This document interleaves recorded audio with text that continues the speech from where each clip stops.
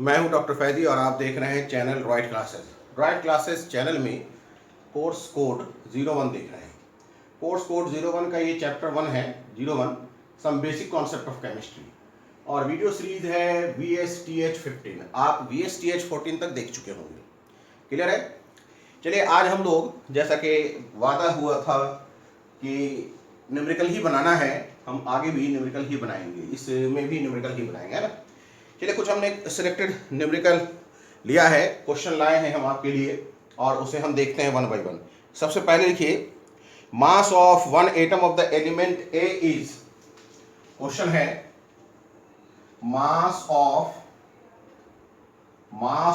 One atom, mass of one atom of the element A, mass of one atom, mass of one atom of the element A, of the element A, mass of one atom of the element A is 3.9. A is 3.9854 into 10 per power, 10 पर power कितना भाई, -23 grams, -23 grams. आपसे पूछा जा रहा है how many atoms, how many atoms are present, how many atoms are present, how many atoms are present in 1 gram, how many atoms are present in 1 gram, how many atoms are present in 1 gram of the element A, 1 gram of the element A, ये पूछा जा रहा है आपसे। देखिए, एक atom का ग्राम में ये वैल्यू दिया हुआ है और सैंपल का वेट क्या हो गया, 1 ग्राम। तो नंबर ऑफ एटम पूछा जा रहा है। बहुत सीधा सा सवाल है, अगर हम इसको सॉल्व करें तो number of atom is equal to weight, है कि नहीं। वेट कितना है, 1 ग्राम, और एक एटम का वेट कितना है, 3.9854 इंटू 10 पर पावर -23।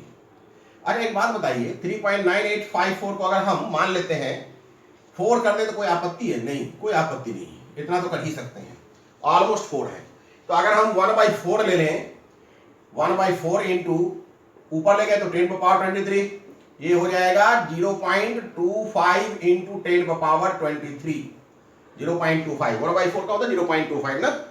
और अगर हम 2.5 करें तो 2.5 करने का मतलब क्या है, एक डेसिमल हमने कम कर दिया, वैल्यू बढ़ा दिया, तो इसे छोटा करेंगे, इंटू 10 पर पावर 22। तो ये इतने एटम्स होंगे, ठीक है। चलिए, अब अगला क्वेश्चन देखते हैं। नेक्स्ट क्वेश्चन है, नेक्स्ट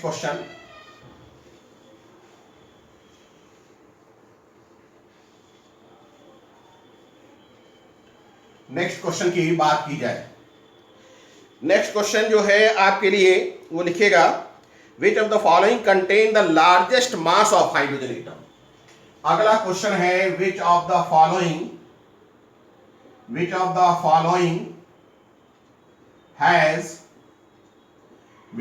फॉलोइंग हैज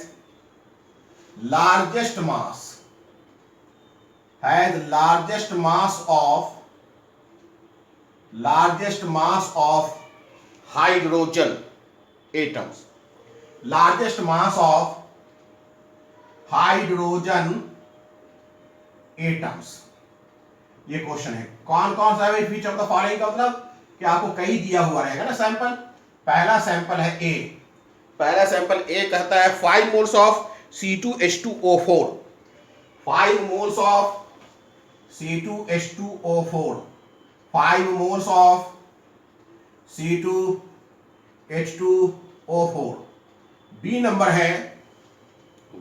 है 1.1 moles of C3H8O3, 1.1 moles of C3H8O3, 1.1 moles of C3H8O3। C number है 1.5 moles of C6H8O6। C number है 1.5 मोल्स ऑफ C6H8 क्या है भाई O6, C6H8O6 है कि नहीं। और डी नंबर में है, डी नंबर आपका है 4.0 moles of C2H4O2, 4.0 moles of C2H4O2 ये है। अब इसमें आपको पता लगाना है कि हाइड्रोजन का लार्जेस्ट मास कौन रख रहा है। पहला केस देखिए ये है, ये दूसरा केस है, ये तीसरा केस है और ये चौथा केस है। आपको पता लगाना है कि किस केस में हाइड्रोजन ज्यादा है। सॉल्व करिए, वन बाय वन चेक करिए। पहले हम ए नंबर चेक करते हैं। ए नंबर कहता है 5 मोल्स ऑफ C2H2O4। दिमाग लगाइए, अगर हम इसे 5 हटा दें और सिर्फ फार्मूला पर कंसंट्रेट करें तो फार्मूला क्या मुझे बता रहा है, फार्मूला ये बता रहा है कि एक मॉलिक्यूल C2H2O4 में 2 गुना हाइड्रोजन एटम है, तो 1 मोल में 2 मोल हाइड्रोजन एटम होगा, तो 5 मोल में कितना हो जाएगा 10 मोल। देखिए फार्मूला से पता चल रहा है एक मॉलिक्यूल C2H2O4 में 2 गुना हाइड्रोजन है। एक मॉलिक्यूल में, एक मॉलिक्यूल लेंगे तो उसमें जो हाइड्रोजन की संख्या होगी वो 2 गुना होगा। तो अगर हम 1 मोल ले लें तो हाइड्रोजन की संख्या कितनी हो जाएगी 2 मोल, और अगर हम 5 मोल ले लें तो हाइड्रोजन की संख्या कितनी हो जाएगी 10 मोल। बड़ी सीधी सी बात है, तो इसमें कुछ करना ही नहीं है, ये देखते ही बन जा रहा है। 5 मोल का मतलब क्या है 10 मोल हाइड्रोजन है। डायरेक्ट बनाइए, कोई चीज करने की जरूरत नहीं है। Number of moles of hydrogen, hydrogen atom देखते ही बन गया कितना 5 × 2 बराबर 10 मोल, इतने मोल है। बी नंबर भी चेक करिए, 1.1 मोल्स ऑफ C3H8O3 है। आप देखिए कि एक मॉलिक्यूल C3H8O3 में 8 हाइड्रोजन एटम है, यानी 1 मोल C3H8O3 में 8 मोल हाइड्रोजन होंगे। तो 1.1 मोल्स ऑफ C3H8O3 में 8 × 1.1 मोल होगा। तो इसका क्या हो जाएगा भाई, number of mole of hydrogen atom, number of mole of hydrogen atom कितना हो जाएगा, हो जाएगा 1.1 × 8 बराबर 8.8 मोल, 8.8 मोल। ये 10 मोल था, ये 8 मोल है। ठीक उसी तरीके से इस केस में, सी नंबर केस में देखिए, number of mole of H atom की बात करें, number of mole of H atom की बात करें, चेक करिए 1.5 मोल्स ऑफ C6H8O6 है ना, 1.5 मोल, यानी इसमें भी 8 गुना ज्यादा है। तो सीधी सी बात है क्या हो जाएगा 1.5 × 8, 15 को 8 से गुना कीजिए 120, यानी 12 मोल हो जाएगा, एक डेसिमल डाल देंगे तो। और उसी तरीके से डी के केस को भी आप चेक करिए, number of mole of H atom, number of mole of H atom की बात करें कितना हो जाएगा 4 × 4 मतलब 16।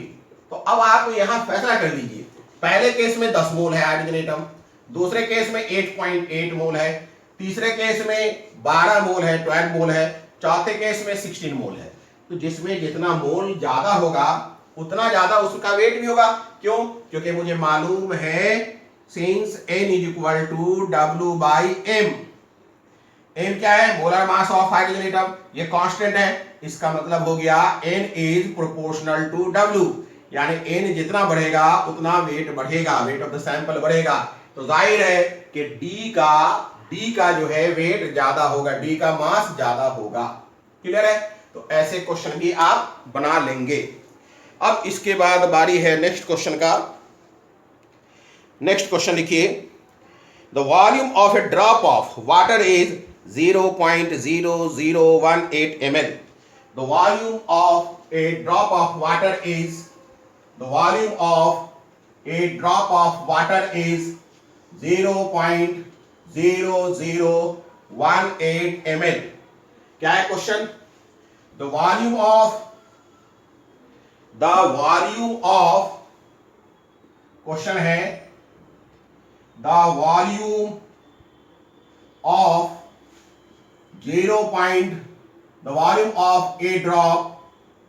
the volume of a drop of water is 0.0018 ml। ये इंफॉर्मेशन दिया हुआ है, क्लियर है। आगे कहता है कि then the number of water molecules present in 2 drop of water, then the number of molecules of water, then the number of molecules of water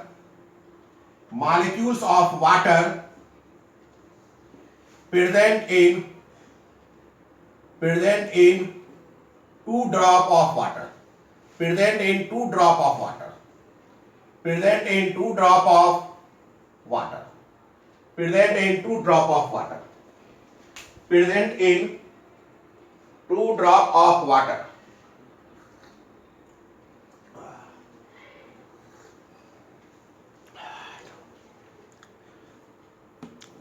बनाइए, क्या लिखा है? Volume of A drop of water इतना ml है। देखिए भाई, volume of the water दिया हुआ है और number of molecules of water आपसे पूछा जा रहा है, और वो भी 2 ड्रॉप में। तो अब तक तो हम लोगों ने मास में नंबर ऑफ मॉलिक्यूल निकालना सीखा है, लेकिन इस बार वॉल्यूम दिया हुआ है।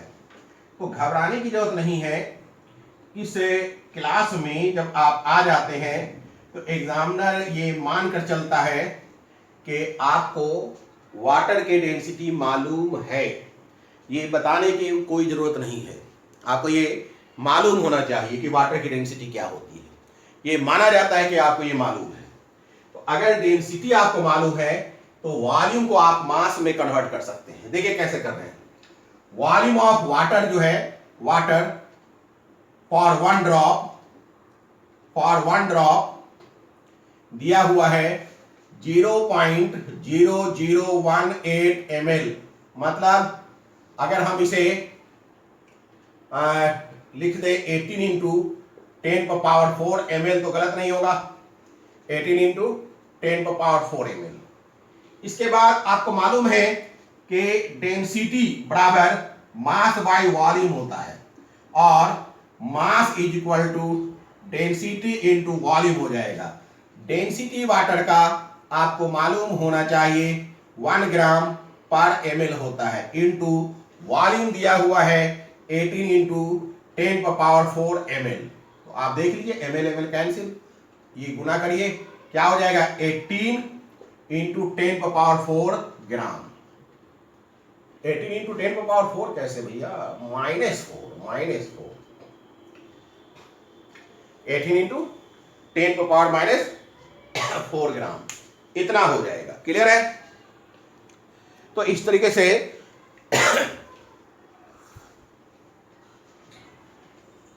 आपने वॉल्यूम को ग्राम में कन्वर्ट कर दिया। एक बार ग्राम में कन्वर्ट हो गया तो कोई दिक्कत ही नहीं है, आप आसानी के साथ नंबर ऑफ मॉलिक्यूल निकाल लेंगे। क्या निकलेगा? Number of molecule is equal to 18 into 10⁻⁴ upon, आपको मालूम है ना वाटर का ग्राम मोलर मास 18 होता है, 18 इंटू Na। ये किसके लिए है? Number of molecule in one drop, ये एक ड्रॉप के लिए है। तो आप देखिए 18 और 18 कैंसिल, तो बचा क्या? Na का वैल्यू भी रख लीजिए, 6.6 ही रखते हैं। 6 इंटू 10⁻23 इंटू 10⁻⁴ कितना हो जाएगा? 6 इंटू 4 घटाना है, 19, 20, 21, 22, 23, 19 हो जाएगा ना। 6 इंटू 10⁻19 कितना हो जाएगा, है कि नहीं? लेकिन आपसे पूछा कितने ड्रॉप के लिए भाई? 1 ड्रॉप के लिए नहीं, 2 ड्रॉप्स के लिए। तो 2 से गुना करना होगा। Number of number of molecules in 2 drops बराबर 2 इंटू 6 इंटू 10⁻19 मतलब 12 इंटू 10⁻19 बराबर 1.2 करिए तो ये क्या हो जाएगा 10 इसे छोटा क्या इसे बड़ा करना पड़ेगा 10⁻20 है कि नहीं, इतने हो जाएंगे 1.2 इंटू 10⁻20।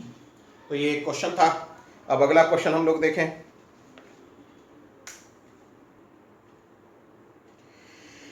चलिए नेक्स्ट क्वेश्चन। हाँ ये भी अच्छा क्वेश्चन है। It is known that atom contains, next question देखिए, बढ़िया क्वेश्चन है।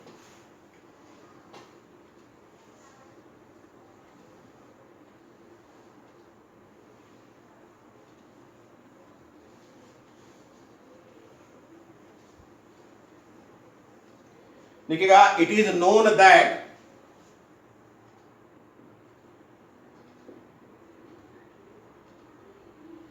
it is known that atom contains protons, neutrons and electrons, ये तो मालूम ही है। it is known that atom contains electron, proton and neutrons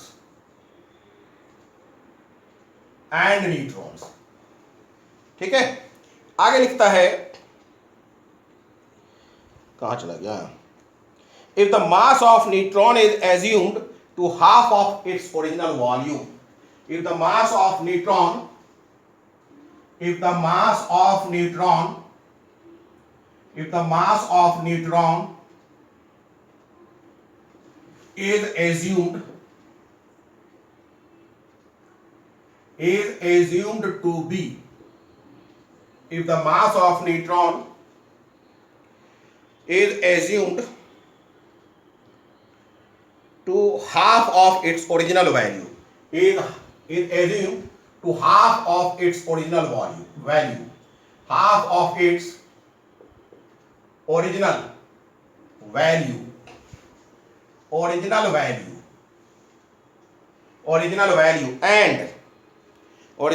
whereas that of proton is assumed to be twice, whereas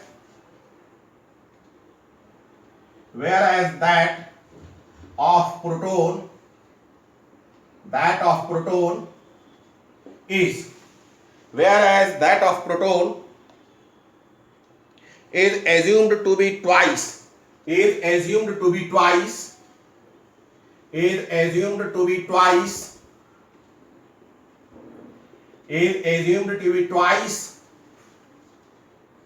of its original value, twice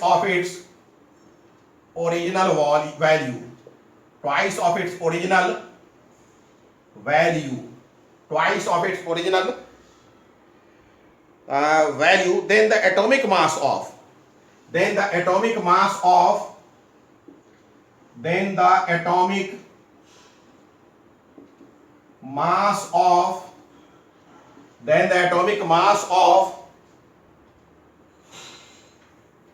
C6H14 will be C614 12 नहीं 14 will be क्या होगा। तो एक question ठीक है, कहता है atom contains electron, proton, neutron, ये तो सब जानते ही हैं।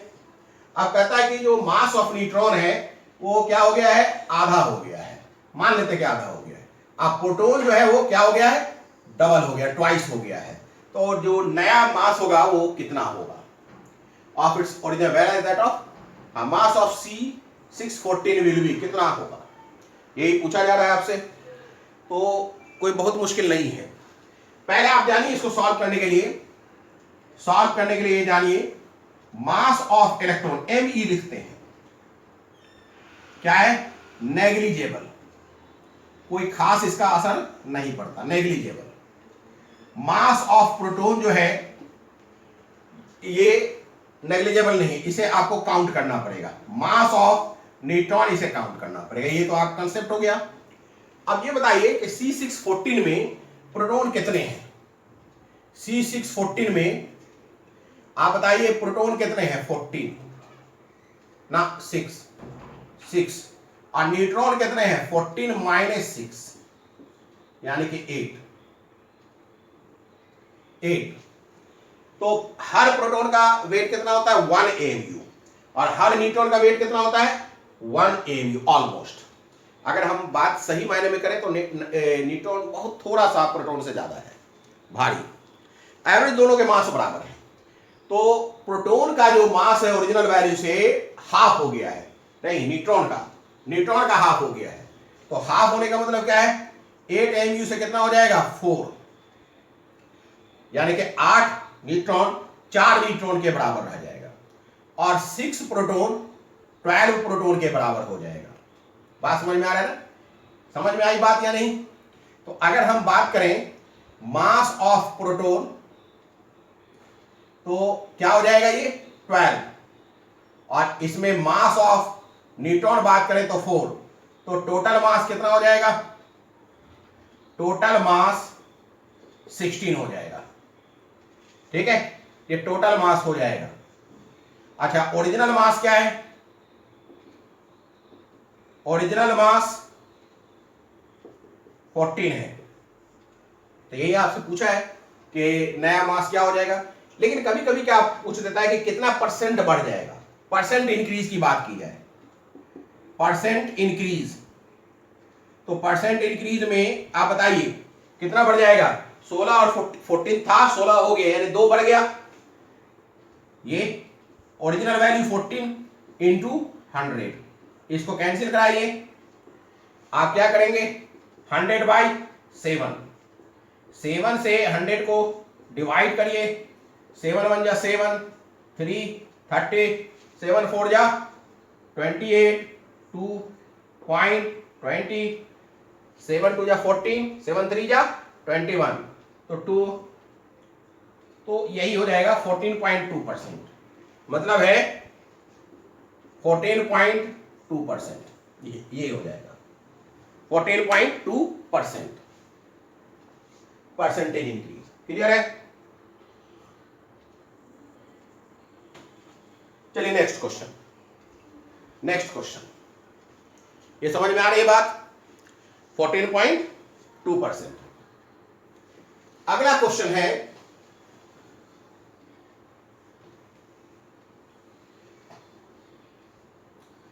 Next question.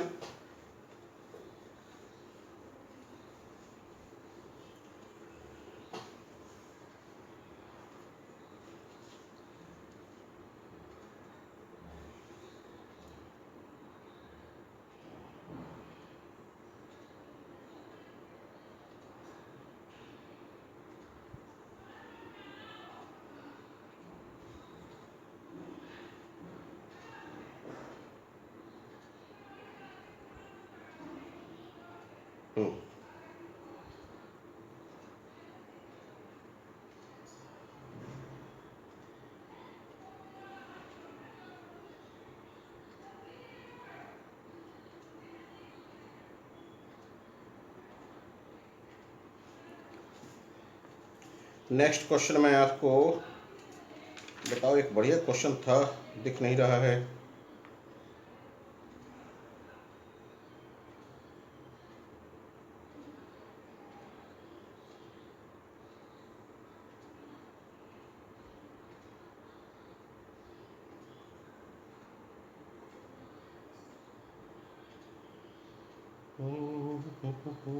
क्या लिखिए?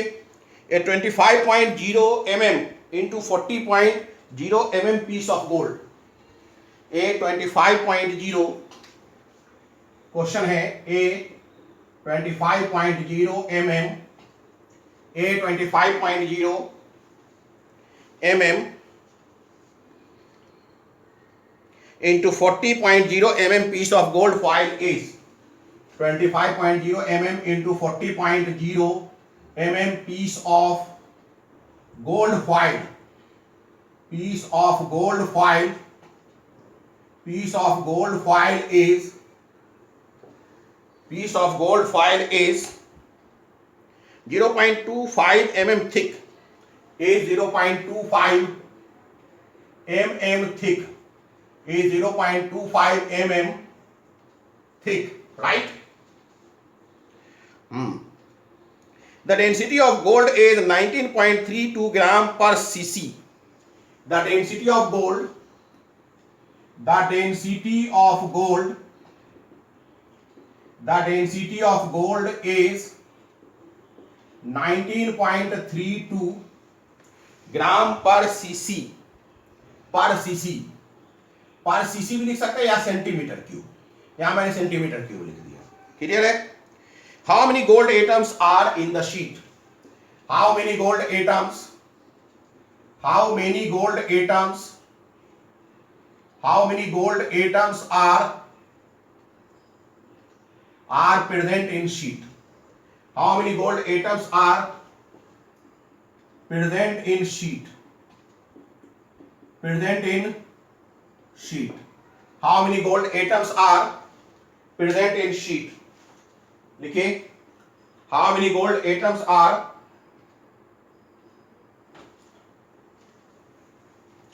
present in sheet? क्लियर है? How many gold atoms are present in sheet? अच्छा, गोल्ड का दिया हुआ है 197, एटॉमिक वेट दिया हुआ है AU इक्वल टू 197 दिया हुआ है। अब देखिए पूछा क्या है, कोई शीट है उसमें कितना एटम मौजूद है ये पूछा है आपसे, और उसका डायमेंशन दिया हुआ है। जब कोई 25.0 mm into 40.0 mm कह रहा हो, इसका मतलब क्या है, एक लेंथ और एक ब्रेथ होगा, L इंटू बी होगा, और ये क्या है भाई, थिकनेस 0.25। अगर हम इन सब को गुना कर दें तो क्या मुझे मिल जाएगा, volume of the sheet, volume ये मिल जाएगा।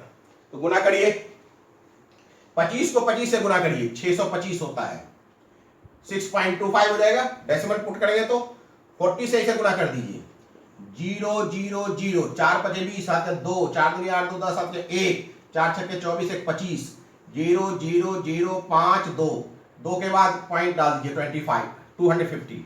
तो ये क्या हो गया, इसका मतलब ये हो गया 250, 250 क्या, 250 mm cube, 1 mm 1 mm 1 mm, तो mm क्यूब हो गया। तो इस तरीके से वॉल्यूम मुझे मिल गया। लेकिन यहां पर गौर करिए, यहां जो वॉल्यूम दिया हुआ है या जो मिला है मुझे 250 mm में मिला है, mm क्यूब, और यहां जो वॉल्यूम दिया हुआ है डेंसिटी में जो वॉल्यूम पुट किया गया है वो सेंटीमीटर क्यूब है। तो मुझे अगर मास निकालना है और उसके लिए डेंसिटी का इस्तेमाल करना है तो यूनिट सेम करना होगा, यूनिट सेम करना होगा, और अगर यूनिट सेम करना है तो मुझे सेंटीमीटर को mm में बदलना होगा, यानी कि डेंसिटी ग्राम पर mm में निकालना होगा, पर mm क्यूब में, या फिर हम ऐसा कर सकते हैं mm क्यूब को सेंटीमीटर क्यूब में बदल दें। कोई एक काम करना पड़ेगा, या तो हम क्या करें, इसे ग्राम पर mm क्यूब में लें, या इसे फिर सेंटीमीटर क्यूब में लें। तो मैं इसे सेंटीमीटर क्यूब में ले रहा हूं। कैसे, आपको मालूम होना चाहिए mm का मतलब क्या होता है, 10⁻⁻1 सेंटीमीटर, 10⁻⁻1 सेंटीमीटर। क्यूब ले लीजिए, आपको मालूम होना चाहिए 10 mm बराबर 1 सेंटीमीटर होता है, 10 mm बराबर 1 सेंटीमीटर होता है, 10 मिलीमीटर बराबर 1 सेंटीमीटर। तो जैसे गुना करिए, 250 इंटू 10⁻³ सेंटीमीटर क्यूब, तो वॉल्यूम मुझे सेंटीमीटर क्यूब में मिल गया। एक बार अगर वॉल्यूम सेंटीमीटर क्यूब में मिल जाएगा तो हम बहुत आसानी के साथ किस में निकाल सकते हैं, मास निकाल सकते हैं। चलिए निकालते हैं मास। ये लिख लिया होगा आपने। मास के लिए मुझे डेंसिटी का इस्तेमाल करना पड़ेगा, मास के लिए मुझे डेंसिटी का इस्तेमाल करना पड़ेगा। तो लिखेंगे mass of the sheet, mass of the sheet is equal to 250 into 10⁻³ centimetre cube into density लिखिए 19.32 ग्राम पर सेंटीमीटर क्यूब। ये और ये कैंसिल, तो हो गया 250 इंटू 19.32 इंटू 10⁻³ इतना जो है मास हो गया। थोड़ा इसे सॉल्व भी कर लें। सॉल्व करिए। हम क्या करें, 19.32 को 250 से गुना कर दें। 0 0 0 0 5 दूनी 10 7 1 5 3 15 1 16 हाथ 1 5 45 1 46 7 4 5 1 5 4 9 है कि नहीं। 2 दूनी 4 2 3 6 2 9 18 हाथ 1 2 1 2 1 3। तो ये हो गया 0 0 6 4 10 7 1 1 6 7 6 13 हाथ 1 1 9 10 8 18 हाथ 1 1 3 4 2 के बाद आप पुट करिएगा तो 4830 बराबर मिल गया मुझे 4830 इंटू 10⁻³ क्लियर है। अगर मैं इसे और छोटा करूं, इसे और छोटा करूं 1 2 3, अगर मैं 4.8 ले लूं 83 तो ये क्या हो जाएगा 10⁻⁻6 हो जाएगा। 4.83 ले लें तो क्या हो जाएगा 10⁻⁻6 हो जाएगा। क्लियर है। तो एक बार फिर समझ ले, हम लोगों ने क्या किया, डायमेंशन दिया हुआ था, यानी लंबाई चौड़ाई और ऊंचाई दिया हुआ था। शीट का मतलब क्या हो गया क्यूबॉइड्स। शीट का मतलब क्या हो गया क्यूबॉइड्स। कोई भी शीट है, अगर कागज का शीट है, जैसे सपोज दैट हम एक शीट ले लें, मान लेते हैं ये एक शीट ले लिया हमने। क्लियर है। तो ये शीट क्या हो गया भाई, एक इसकी लंबाई हो गई, एक इसकी चौड़ाई होगी और ये थिकनेस हो गया। तो गोल्ड फॉइल का ये शीट है, गोल्ड फॉइल का ये शीट है। क्लियर है। तो इसमें लंबाई चौड़ाई और थिकनेस दिया हुआ है। अगर हम लंबाई चौड़ाई और थिकनेस को गुना कर देंगे तो वॉल्यूम मिल जाएगा। वॉल्यूम हम लोगों ने निकाला 250 इंटू 10⁻³ सेंटीमीटर क्यूब। इसको डेंसिटी दिया हुआ है, डेंसिटी से गुना कर दिया, मास मिल गया, इतना ग्राम मिल गया। क्लियर है। अब इतना ग्राम मुझे गोल्ड फॉइल मिल गया। अब क्या निकालना है भाई, नंबर ऑफ एटम। तो अब तो कोई दिक्कत ही नहीं है, नंबर ऑफ एटम का फार्मूला मुझे मालूम है। फटाफट लिखिए, नंबर ऑफ एटम निकालिए। नंबर ऑफ एटम निकालने के लिए क्या करना होगा, मास बाई एटॉमिक मास या molar mass. Number of atom is equal to mass कितना निकला है 4.83 इंटू 10⁻³ और मास कितना है मोलर मास, ये 197 इंटू 6 इंटू 10⁻23। बस हो गया। अब देखिए मैं इसे कैंसिल करता हूं। क्या मैं 6 को 6 से इस्तेमाल करते हैं, 6 3 18 1 17, मान लेते हैं इसको 8 मान लेते तो 6 3 18 33 इतना चलता है, अप्रोक्सीमेट मैंने ले लिया। क्लियर है। अब क्या बचा भाई, अब क्या बचा, बचा हमारा ये 4.83 है ना। अगर मैं 483 लिखूं तो क्या आ जाएगा, ये 100 से मल्टीप्लाई करना होगा ना। 4.83 का मतलब क्या हो गया 10⁻² लिखना होगा और 10⁻³ पहले से है तो 10⁻5 हो जाएगा। तो हम लिख सकते हैं 483/33 इंटू 10⁻23 10⁻23 इंटू 10⁻5। अब जरा सॉल्व करिए। 33 को 483 को 33 से डिवाइड करिए। फर्स्ट टाइम जाएगा 3 5 8 है कि नहीं, 3 1 4 153 4 बार में चला जाएगा। 4 3 12 1 4 3 12 1 13 2 1 3 3 2 5 है कि नहीं। पॉइंट देखिए 0 हो गया। 3 7 21 7 बार में नहीं जाएगा, 6 बार में जाएगा। 14.6 तो हम यहां लिख सकते हैं 14.6 इंटू 10⁻23 इंटू 10⁻5। अगर हम 1.46 कर ले तो इसको छोटा करेंगे तो एक और क्या हो जाएगा, इधर मुझे ये छोटा किया तो इधर बड़ा करना पड़ेगा। तो ये हो जाएगा इंटू 10 इंटू 10 इंटू 10⁻23 इंटू 10 पर पावर -5, यही हो जाएगा नंबर ऑफ एटम। अब जरा सा देखिए, चेक करिए, 10 और ये 23 है तो 24 हो गया। 24 में से 5 घटा दीजिए, कितना हो गया?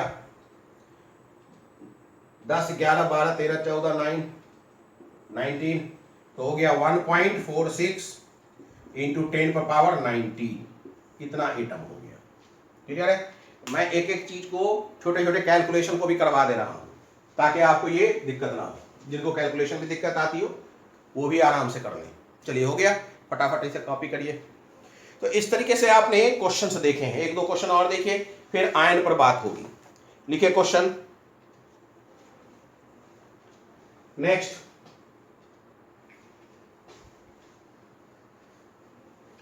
फ्रॉम 48 ग्राम, लिखिएगा from 48 gram.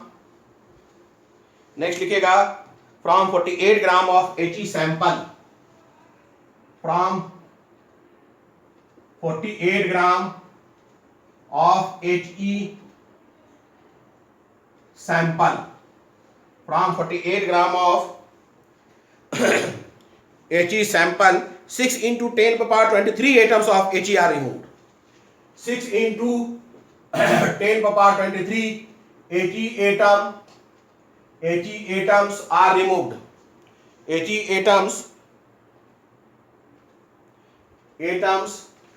are removed. remove कर दिया गया, are removed, right? अब कहता है find out moles of He left and also calculate. Find out moles of He left, moles of He left. Find out moles of He left and also calculate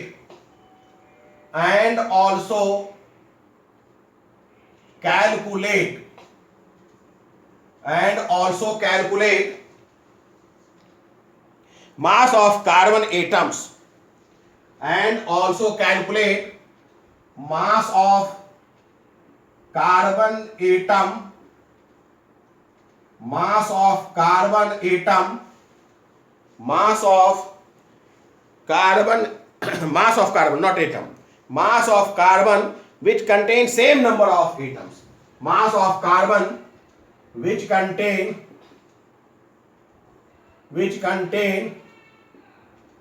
same number of atoms which contain same number of atoms, which contain same number of atoms as left over the sample, as left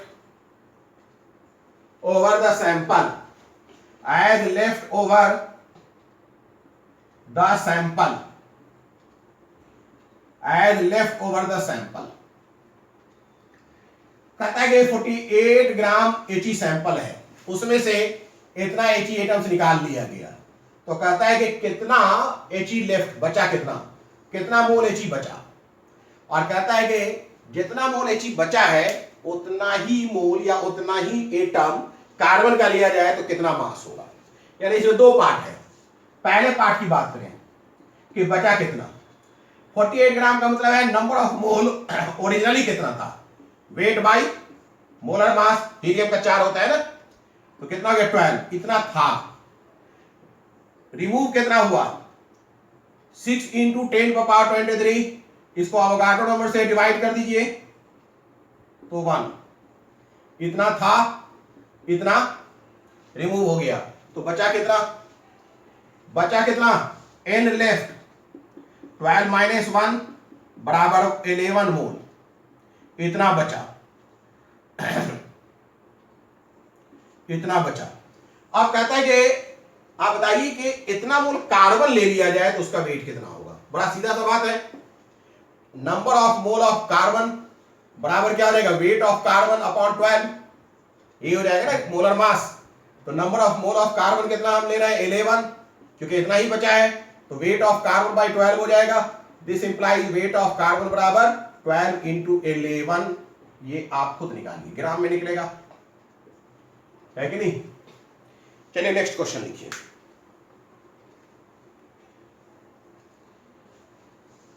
next question,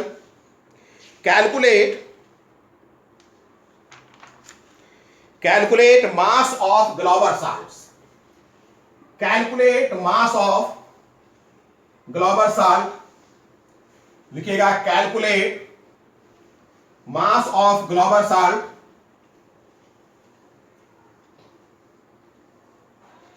लिखिएगा calculate mass of global salt.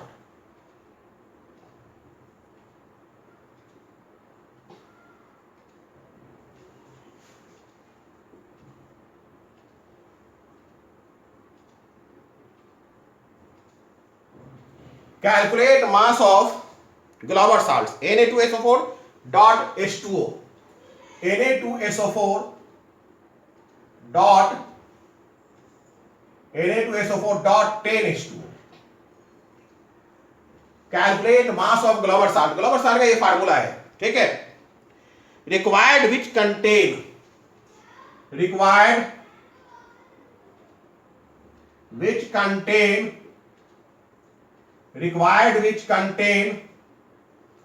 required which contain 180 gram of water of crystallization, which contain 180 gram of water, 180 gram of water of crystallization, of water of crystallization, ये question दिया हुआ है। देखिए भाई, पहली बात इसका मतलब समझिए। हम कहता है कि आपको ग्लोबल साल्ट का मास पता लगाना है। अब जैसे ही कहा गया कि मास ऑफ ग्लोबल साल्ट यानी कि Na2SO4 डॉट 10H2O का पता लगाना है, क्लियर है। तो किस सैंपल, ग्लोबल साल्ट के किस सैंपल का पता लगाना है?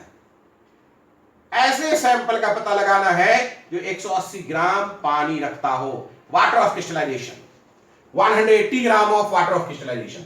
ये समझे आप? वाटर ऑफ क्रिस्टलाइजेशन का मतलब है, आगे बात होगी हाइड्रोजन नाम के चैप्टर में, इस पर पूरी बात होगी।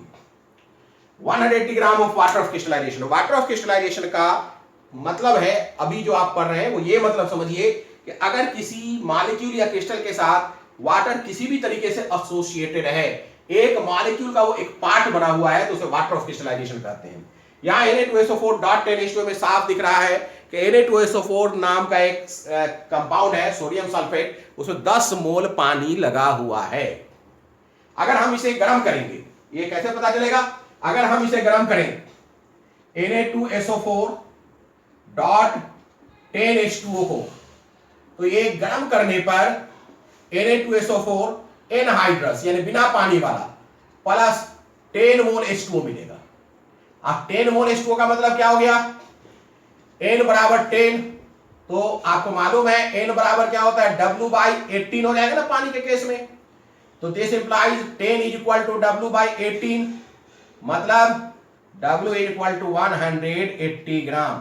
यानी कि एक मोल अगर ग्लोबल साल्ट लें तो उसी में 180 ग्राम मिल जाएगा। और अगर एक मोल में 180 ग्राम मिल जाएगा तो आपको कुछ नहीं करना है, 1 मोल ग्लोबल साल्ट का मोलर मास निकाल देना है। तो आपको क्या हो जाएगा? मोलर मास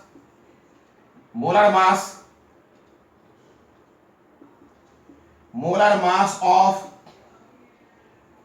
ग्लोबल साल्ट निकाल लीजिए। ग्लोबल साल्ट कैसे निकालेंगे?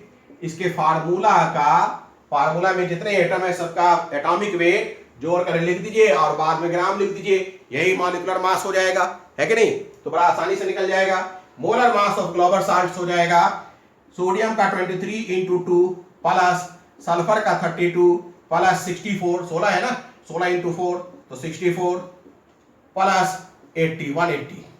तो निकालिए कितना हो गया? 46, 32, 64, 180। 6 2 8 4 12, 6 2 8 4 12, 1 4 5 5 3 8 8 8 16 6 22, हाथ में 2 2 1 3, 322 ग्राम। यही आंसर हो जाएगा। तो चलिए आज इतना ही देखते हैं हम लोग न्यूमेरिकल में। अब इसके बाद हम लोग शुरू करते हैं आयन। मिटा दें। इसके बाद शुरू किया जाए आयन। आयन किसे कहते हैं, है ना? What is the meaning of ion? लिखिए आयन। इसके बाद हम लोग लिखेंगे आयन। आयन का मतलब है part of the molecule, part of the molecule, molecule which contain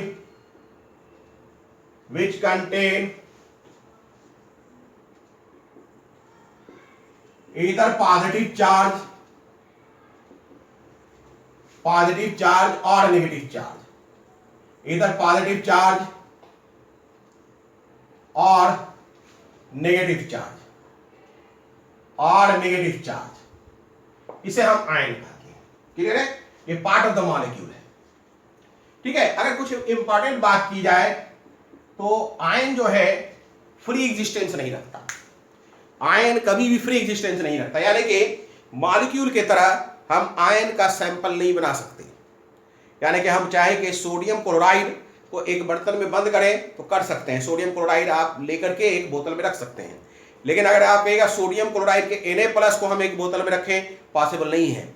अगर Na+ है तो काउंटर आयन निकट में होना ही चाहिए, NaCl- होना ही चाहिए। तो कह सकते हैं हम कि आयन का फ्री एग्जिस्टेंस नहीं है, it always present in compound. तो अगर कुछ इंपॉर्टेंट बात लिखे तो लिख सकते हैं can not exist freely, can not exist freely. ठीक है।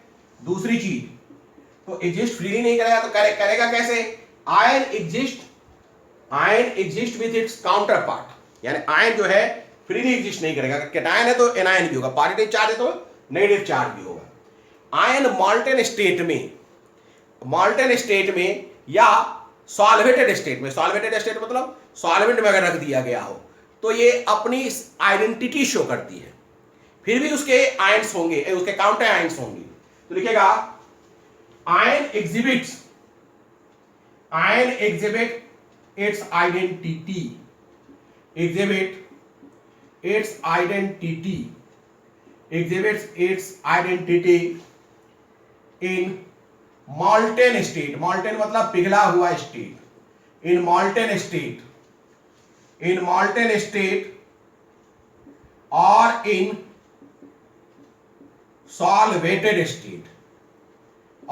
solvated state, समझे इस बात को क्या मैं कहना चाहता हूं?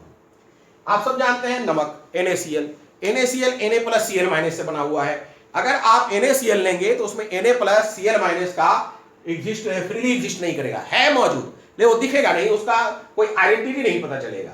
लेकिन अगर हम NaCl को पिघला दें, गर्म करके उसे मॉल्टेन कर दें, तो वहां Na+Cl- की आइडेंटिटी पहचान में आ जाती है। ठीक है। या उसे पानी में डाल दें, सॉल्वेशन कर दें, सॉल्वेंट में डाल दें, तो ऐसे कंडीशन में वो अपनी आइडेंटिटी एग्जिबिट करता है।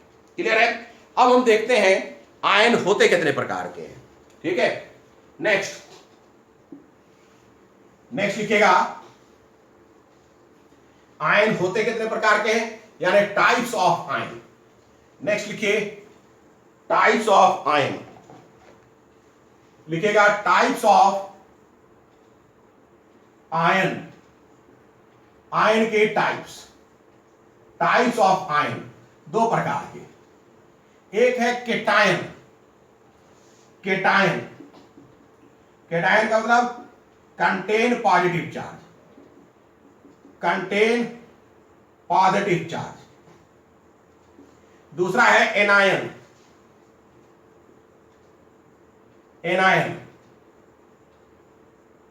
Contain negative charge, cation contain positive charge, anion contain negative charge. Example देख लीजिए, H+, Li lithium plus, Na sodium plus, potassium plus, rubidium plus, caesium plus, beryllium 2 plus, Mg2 plus, Ca2 plus, Sr2 plus, Ba2 plus Sn2 plus Sn plus 4 Pb plus 2 Pb plus 4 An plus 3, ठीक है, NH4 plus, ये सब cation हैं। वैसे ये anion है। जैसे anion की बात करिए, H minus hydride anion, O2 minus, Cl minus, Br minus, I minus, है कि नहीं, CO2, CO3 2 minus, PO4 3 minus, SO4 2 minus, NO3 minus. Clear है ना? तो ये सब है, सल्फेट है, फास्फेट है, नाइट्रेट है, ठीक है। तो ये सब जो है एनायन है। Cr2O7 2 माइनस, ये सब जो है हमारे एनायंस हैं। तो इस तरीके से आपने आयन भी देख लिया, ठीक है, न्यूमेरिकल इस क्लास में पढ़ा आपने इस सीरीज में, और आयन देख लिया आपने। अब इसके बाद हम लोग जब शुरू करेंगे तो आयन पर और बातचीत करेंगे नेक्स्ट वीडियो में, है ना, यानी वीडियो सीरीज TH16 में।